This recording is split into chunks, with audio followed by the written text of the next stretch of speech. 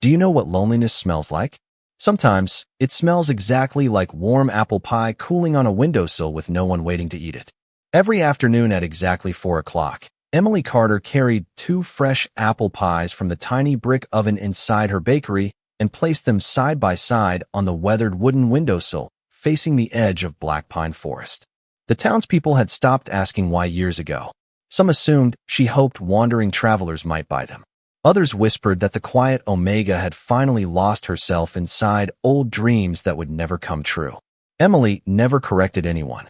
She simply smiled, brushed a little flour from her apron, and returned to kneading the next batch of dough while cinnamon, butter, and baked apples filled every corner of the little shop.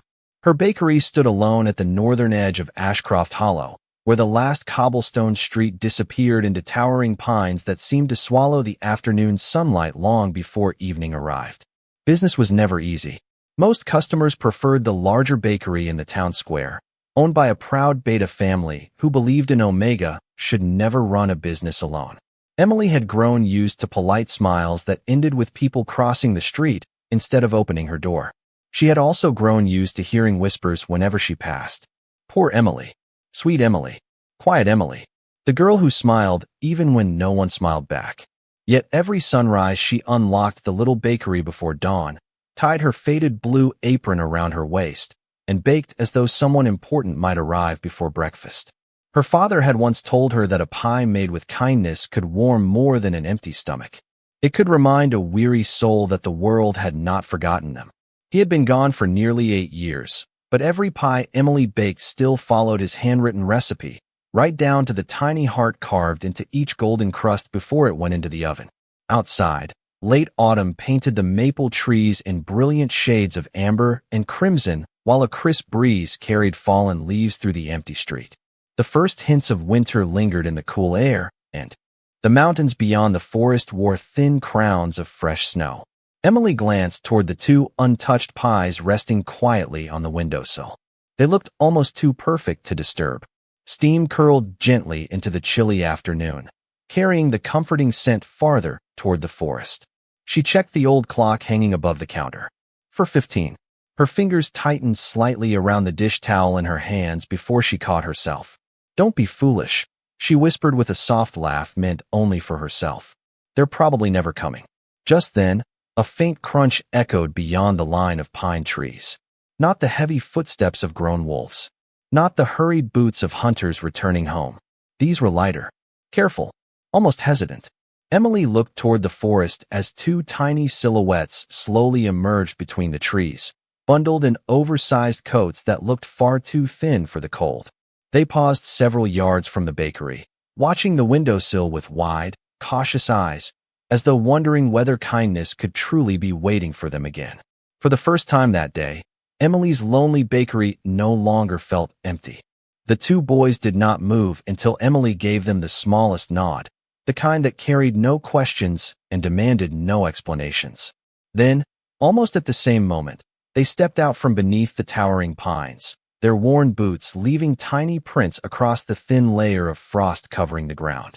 They could not have been older than 6 or 7. One had tousled dark brown hair that refused to stay flat beneath an oversized knitted cap, while the other wore his lighter hair tucked beneath the hood of a faded green coat several sizes too large. Their cheeks were pink from the cold, and although they tried to stand bravely, Emily noticed the faint shiver each time the wind swept through the trees.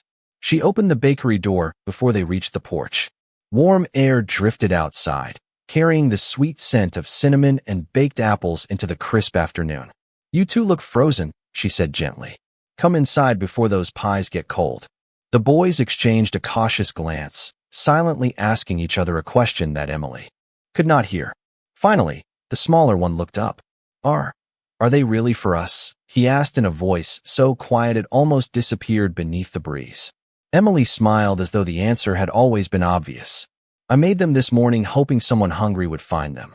The older boy hesitated another second before carefully picking up one pie with both hands, almost as if it were something precious that might disappear if he held it too tightly. The younger boy breathed in deeply, and his eyes widened with unmistakable wonder. "It smells like home," he whispered before quickly lowering his gaze, as though embarrassed by the words. Emily pretended not to notice. Instead, she held the bakery door open a little wider. There is hot cider inside, too, if you would like some. They stepped into the little shop with slow, uncertain movements, their eyes wandering across shelves filled with fresh bread, cinnamon rolls, berry tarts, and jars of homemade jam glowing like tiny jewels beneath the afternoon sunlight. Everything seemed to fascinate them, yet neither boy reached for anything without permission. Emily poured warm apple cider into 2 ceramic mugs painted with tiny blue flowers. She placed them beside 2 clean plates before carefully slicing each pie into generous portions. The younger boy stared for a moment. "Nobody has ever given us the first slice before," he admitted softly. Emily looked surprised. "Well, whoever baked for you before was doing it wrong." That earned the smallest smile from both children. It was brief, almost cautious, but it transformed their tired faces in an instant. They ate slowly at first, trying to be polite, but after the first bite their careful manners gave way to honest hunger. Emily quietly busied herself wiping already spotless counters so they would not feel watched. Every now and then she caught little pieces of conversation drifting across the room. "Do not eat too fast," the older one reminded. "Father always says." He stopped suddenly, glancing toward Emily before lowering his voice. The younger boy nodded obediently, though crumbs still clung to the corner of his mouth. Emily smiled to herself, but asked, "Nothing." Everyone carried stories they were not ready to tell. When the last slice disappeared, she wrapped 2 fresh cinnamon rolls in brown paper and slipped them into the older boy's hands. "For tomorrow," she said. His blue eyes lifted in surprise. "What if we cannot come tomorrow?" Emily leaned lightly against the counter, her expression warm and steady. "Then they will wait. And if tomorrow becomes the next day, I will bake another batch. Some things are worth waiting for." Neither boy answered right away. Instead, they looked at each other with quiet understanding before turning back toward the bakery door. Just before stepping outside, the younger one looked over his shoulder and offered the first genuine smile Emily had seen all afternoon. "Thank you, Miss Emily." She blinked in surprise. She had never told them her name. The next afternoon, Emily found herself glancing toward the old clock far more often than she wanted to admit. Every loaf of bread she kneaded, every tart she glazed, every pie she carefully crimped seemed to pull her attention back toward the bakery window. She quietly reminded herself that 2 hungry children owed her nothing. Not another visit, not another smile, not even another thank you. Kindness was never meant to be a bargain. Still, when the hands of the clock finally settled on 4, she carried 2 fresh apple pies to the windowsill, just as she always had. This time she added 2 small cinnamon cookies beside them without really knowing why. 10 minutes passed, then 15. Just as she began to laugh at herself for hoping, she noticed 2 familiar little figures emerging from the edge of black pine forest. They were walking faster today. The younger boy waved before he even reached the bakery, his bright smile arriving several seconds before he did. "Miss Emily," he called happily. The older boy looked embarrassed by the excitement, but smiled all the same. "We came back," he said, almost as though he wanted to make sure she believed it. "I can see that," Emily replied with a grin. And just in time. These pies were beginning to think nobody loved them. The younger boy giggled so hard that he nearly stumbled on the porch. Step. Over the following days, their visits quietly became part of the rhythm of the bakery. Every afternoon they appeared from the same stretch of forest, always after the church bell rang 4 times, always wearing the same oversized coats, always carrying themselves with a strange mixture of careful manners and endless curiosity. Emily never asked where they lived. They never asked why she lived alone. Instead, they spoke about the things children usually noticed. Which pie smelled the sweetest? Which squirrel outside seemed bold enough to steal breadcrumbs? Whether clouds looked more like ships or giant sleeping wolves. One afternoon, the younger boy watched Emily braid strips of dough across the top of an apple pie. "Can you teach me?" he asked hopefully. Emily smiled and placed a small piece of dough into his tiny hands. His first attempt looked more like tangled rope than a neat braid, but she admired it as though it belonged in the finest bakery in the kingdom. The older boy quietly rolled another piece of dough beside him, concentrating with remarkable patience until his braid looked almost perfect. Emily laughed softly. "You have careful hands." He shrugged with surprising maturity. Someone told us that little things matter because little things become big things later. Emily nodded thoughtfully. Whoever told you that sounds very wise. He lowered his eyes without answering. As the days turned into weeks, she noticed little mysteries she could never quite explain. The boys always arrived with clean hands even after walking through muddy forest trails. They spoke with remarkable politeness that seemed unusual for children their age. Once, while reading an old storybook beside the bakery fireplace, the younger one casually identified an ancient castle Emily had only seen in history books.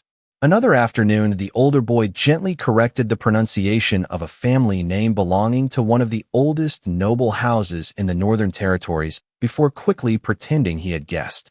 Emily noticed these odd moments, yet she never pressed for answers. Whatever secrets they carried did not seem dangerous. They simply seemed sad. Before leaving each evening, the younger boy carefully folded the brown paper around any leftover pastries as though every crumb mattered. The older one always looked back from the forest trail until the bakery disappeared from sight. And every single afternoon, after the little shop grew quiet once more, Emily found herself smiling as she washed the empty plates, realizing that for the first time in many years, the silence inside the bakery no longer felt quite so lonely. One icy morning, the first real snowfall settled gently across Ashcroft Hollow, covering rooftops, fences, and quiet streets beneath a blanket of white. Emily stood outside her bakery, sweeping fresh snow from the front steps, when she noticed something unusual. Instead of the familiar tiny footprints leading from the forest to her window, there were much larger tracks circling the edge of the trees. They were deep, perfectly spaced, and unlike anything left by ordinary wolves that wandered the mountains. She frowned for only a moment before brushing the thought aside.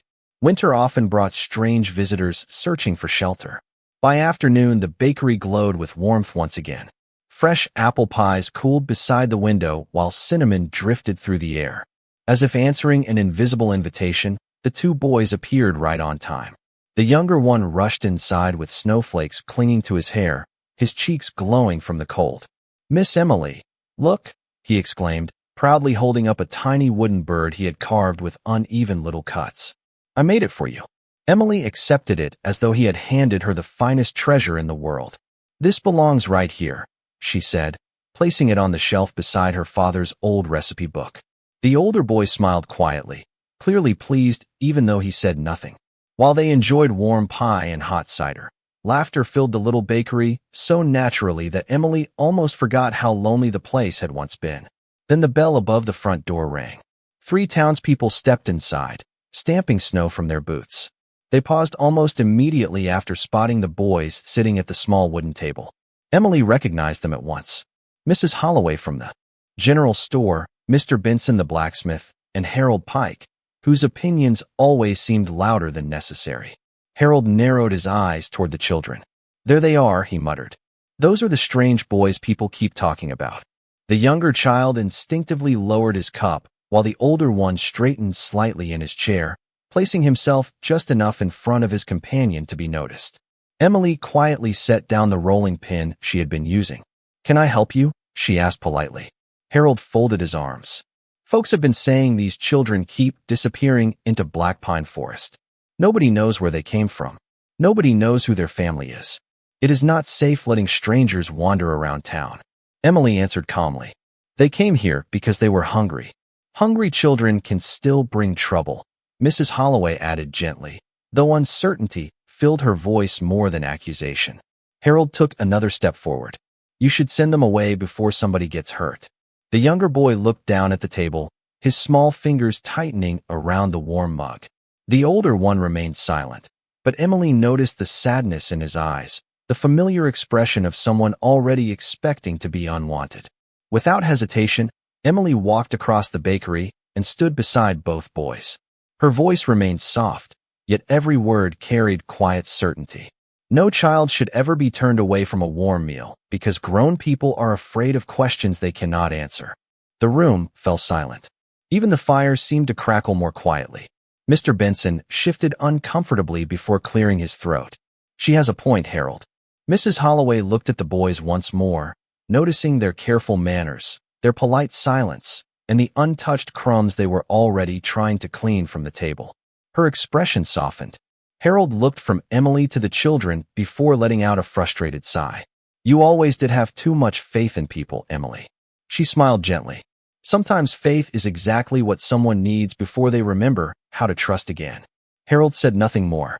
One by one, the three townspeople turned and left, the little bell above the door ringing softly behind them. The bakery grew quiet once again. After a long moment, the younger boy reached for Emily's hand with both of his tiny hands. Thank you, he whispered. The older boy looked into her eyes with a seriousness far beyond his years. Nobody has ever stood in front of us before. Emily squeezed his shoulder with a reassuring smile. Then I hope you remember this feeling, she said. Because as long as you are here, you will never have to stand alone. The following afternoon arrived wrapped in a silence that felt different from every day before it. Snow rested peacefully on the rooftops, but Black Pine Forest no longer looked welcoming. Even the birds that usually gathered near Emily's bakery had disappeared into the towering evergreens, leaving only the whisper of the winter wind moving through bare branches. Emily had learned to trust small changes. The world often spoke quietly before it spoke loudly. She carried 2 fresh apple pies to the windowsill, then paused as she noticed the same large tracks she had seen the day before. This time there were more of them. They circled the forest's edge like invisible guardians, never crossing into town, yet never truly leaving. She brushed a gloved hand across the frosted glass and whispered, "Who are you protecting?" Before she could think any further, 2 familiar figures appeared between the trees. The younger boy ran ahead as always, but today his cheerful smile seemed forced. The older boy stayed close behind him, repeatedly looking over his shoulder toward the forest as though expecting someone to emerge from the shadows. Emily greeted them with the same warm smile she always wore. You made it just before the pies started complaining. The younger boy laughed politely, yet his eyes wandered toward the window instead of the bakery shelves. They sat together with warm cider, but the comfortable rhythm that had filled the shop for weeks had changed. The younger boy barely finished half his slice before setting down his fork. The older one quietly folded and unfolded his napkin, lost in thoughts he would not share. Emily did not ask questions. Instead, she reached beneath the counter and placed a small tin filled with homemade butter cookies on the table. These are new, she said. I need official taste testers. The younger boy finally smiled for real and took one. These are even better than yesterday. Emily laughed softly.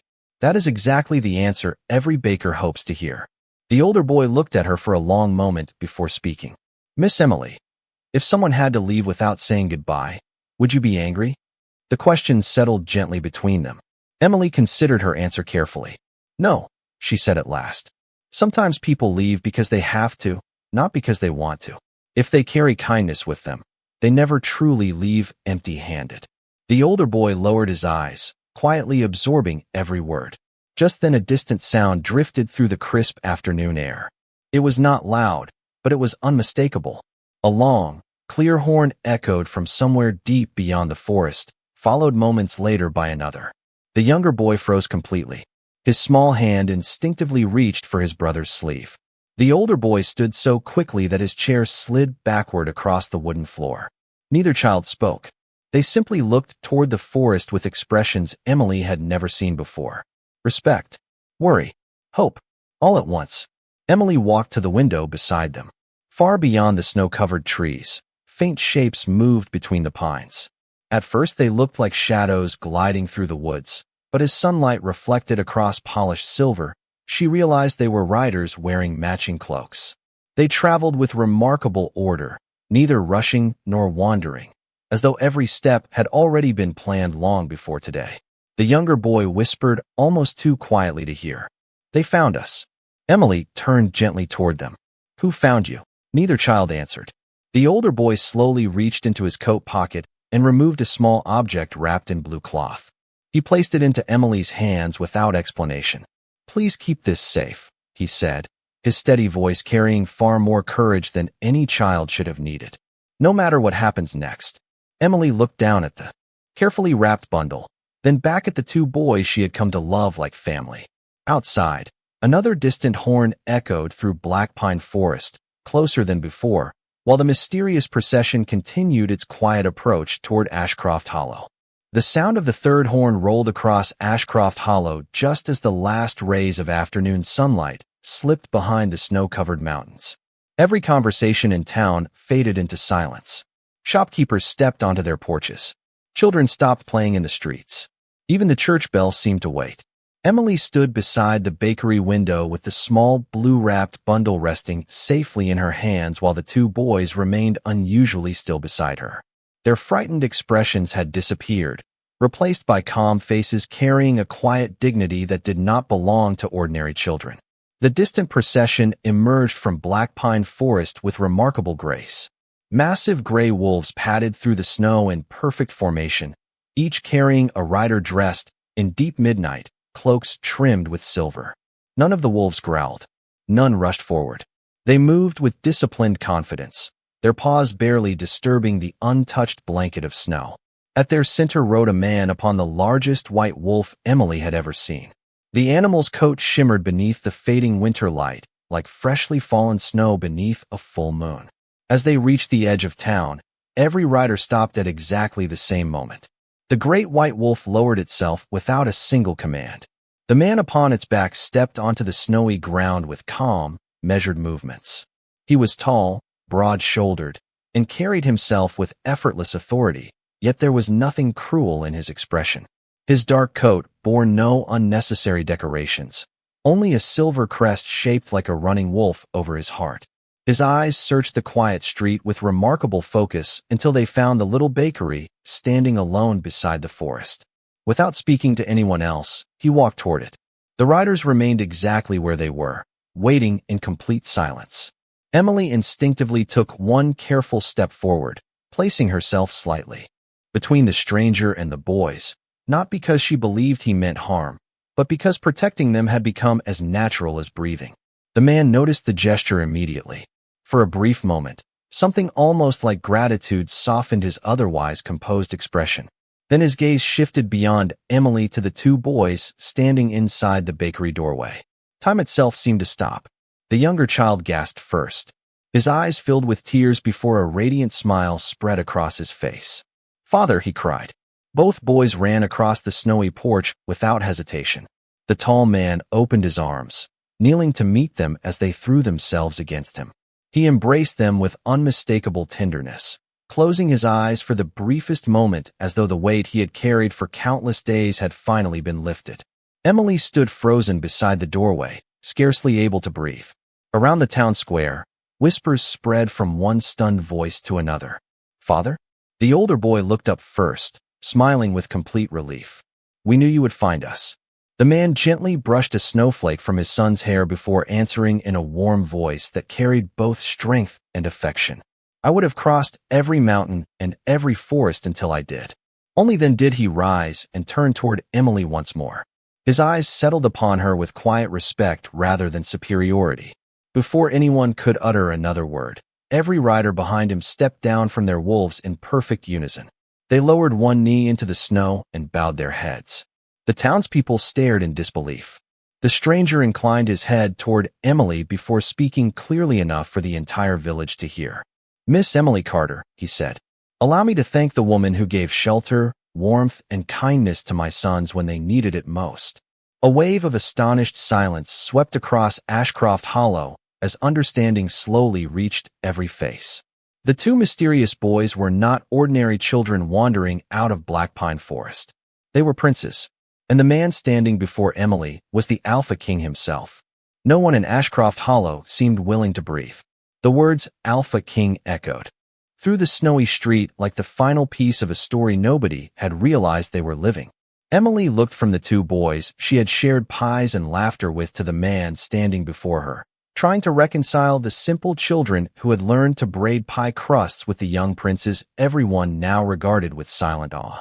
The younger prince smiled sheepishly and wiped at the corner of one eye. "I wanted to tell you," he admitted softly, "but then I thought maybe you would stop treating us like regular boys." Emily's heart ached in the gentlest way. She knelt until she was eye level with both children and smiled exactly as she had on the very first afternoon they had appeared outside her bakery. "You have always been regular boys to me," she said. You happen to be hungry boys who liked apple pie." The younger prince laughed through the last of his tears while his older brother's shoulders relaxed for what seemed like the first time in weeks. The Alpha King watched the exchange quietly, saying nothing until his son stepped back beside him. "There is a truth you deserve to know," he said. His voice was calm, carrying neither command nor ceremony. "Several weeks ago, my sons slipped away from the palace without their escorts. They were not running from duty. They were searching for something they believed they had lost." Emily listened without interrupting. The king's eyes drifted briefly toward the warm light shining from her bakery window. Since their mother passed away, the palace has remained full of loyal people, devoted teachers, and careful servants. Yet none of them understood why two young princes kept leaving untouched desserts on silver plates. One morning they disappeared before sunrise. When we finally found the note they left behind, it contained only one sentence. He paused before repeating the simple words. "We want to remember what home feels like." Even the winter wind seemed quieter. Emily glanced toward the boys, who lowered their eyes with shy expressions. The older prince finally spoke. "Mother used to bake with us every Sunday. She always let us press little shapes into the pie crust." His younger brother smiled faintly. "Mine never looked very good." Emily laughed softly. "Neither did your first braid." The younger prince grinned. "It still did not."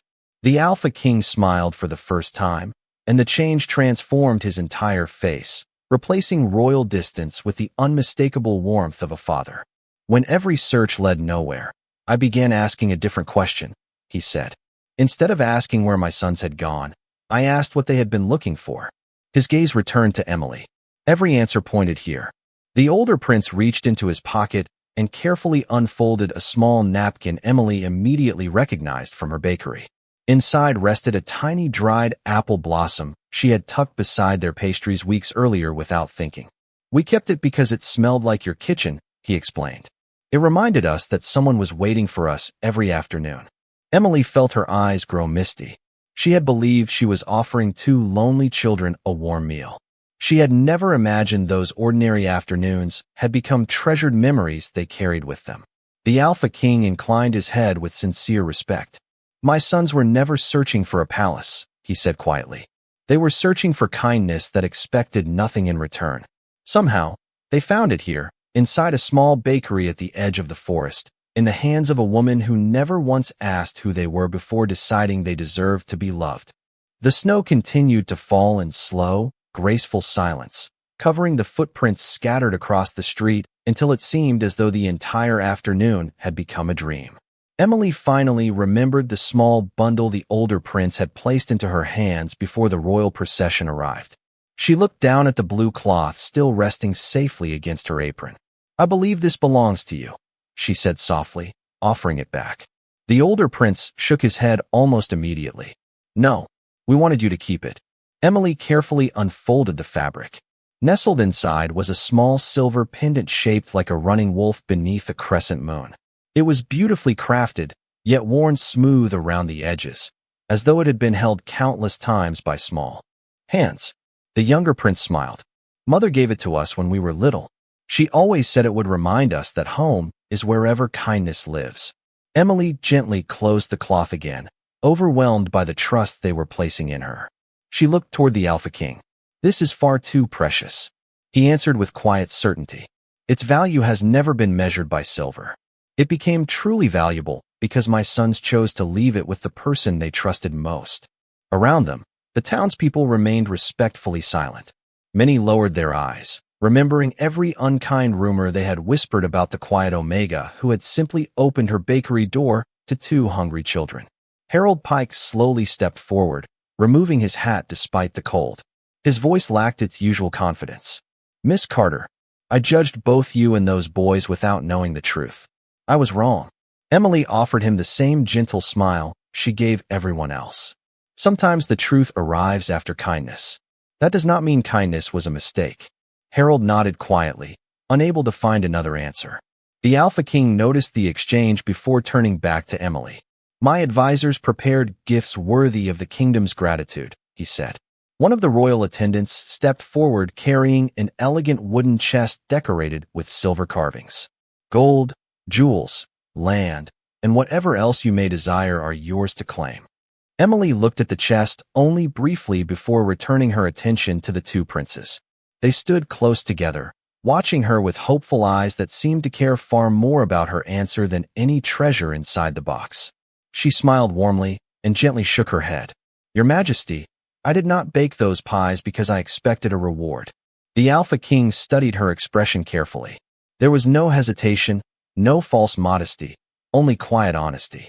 Emily continued, "If you truly wish to thank me, promise me something instead." "Name it," he replied. She looked down at the boys.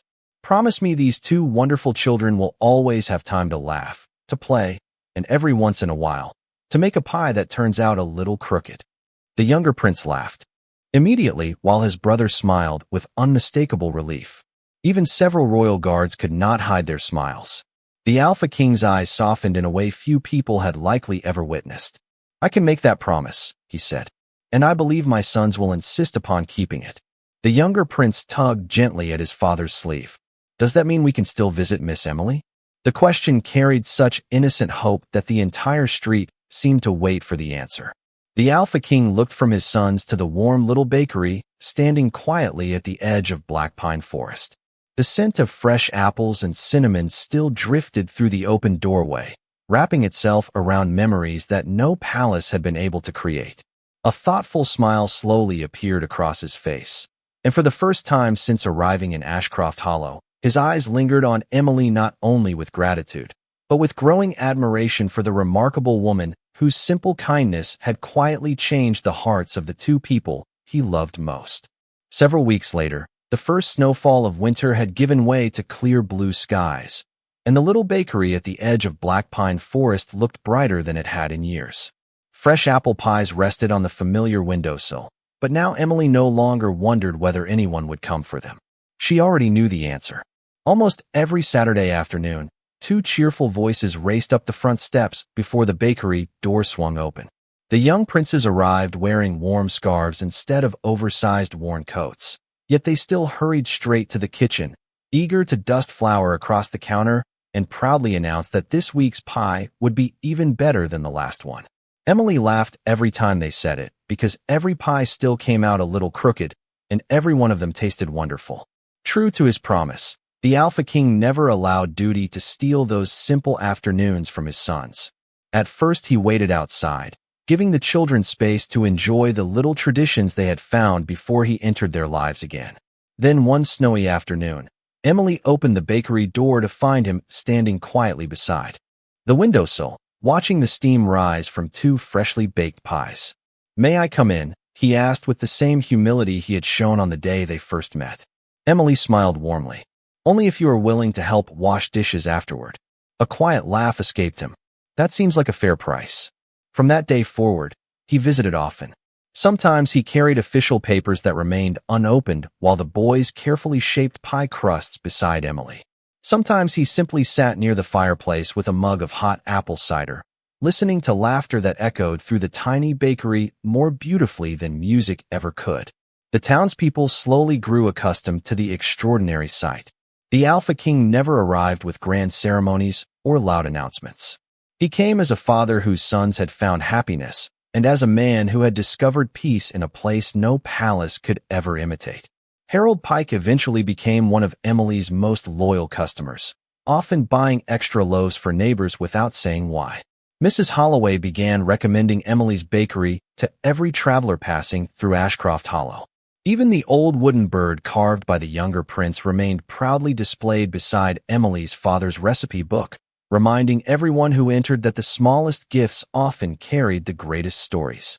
One golden afternoon, as autumn returned once more, the bakery filled with the familiar fragrance of apples, cinnamon, and warm butter. The boys laughed while comparing whose pie looked more lopsided. Emily pretended to judge the contest with complete seriousness until all four of them burst into laughter together. The Alpha King watched the scene quietly before turning toward Emily. "When my sons first disappeared," he said softly, "I believed I was searching for them." He paused, looking around the little bakery glowing with warmth and life. "Now I understand they were leading me here." Emily met his eyes with the same gentle smile that had welcomed two hungry boys on a cold afternoon many months before. Nothing more needed to be said. Outside, Leaves drifted peacefully across the quiet street, while sunlight settled over the bakery window were too fresh. Apple pies continued to cool exactly as they always had. The difference was that no one waiting inside felt lonely anymore, because the smallest act of kindness had become the beginning of a family that none of them had expected, proving that the truest home is never built from stone walls or royal titles, but from open doors, patient hearts, and the simple decision to love someone before ever asking who they are.